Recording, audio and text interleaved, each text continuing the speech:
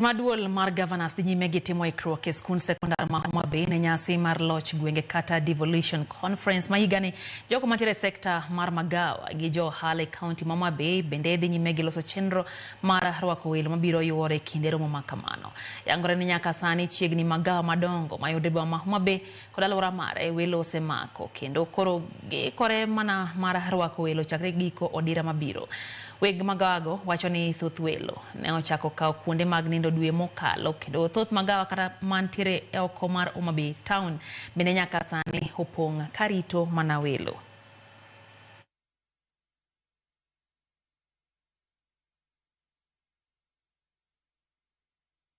Chakre gi kodira manyien devolution ni waikre kendo ka nitie nyasi moikre molo nyasi duto mosega bedogo to en devolution.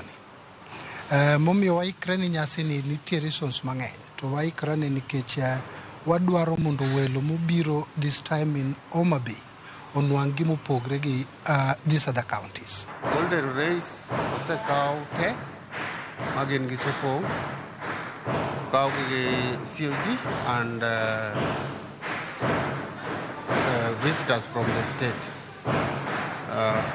Twin Towers oseyudo bookings kendo embed osepong to kendo Tausi oseyudo bookings but pok nopong but chiegni pong. Aneno kwadhi maber kendo gimoro amora ni in place.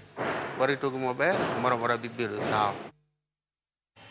Jo ohala ma Kariobangi ywak ni nitiere medruok mar rawere ma timbegi jendeke mamonjo mwandugi kendo kwalo weg ohala kakelo lal mararia. Giwacho ni gin kod luoro ni ponono ni okenge mowinjore kokete tim kinde mowinjore to dipo ka chal mararita e Kariobangi obedo monjaore kinde campaign kod yiero mag 2027 machakore higa manyien. Asa hizo pesa nilikuwa nafanya vibarua usiku kwa Muhindi.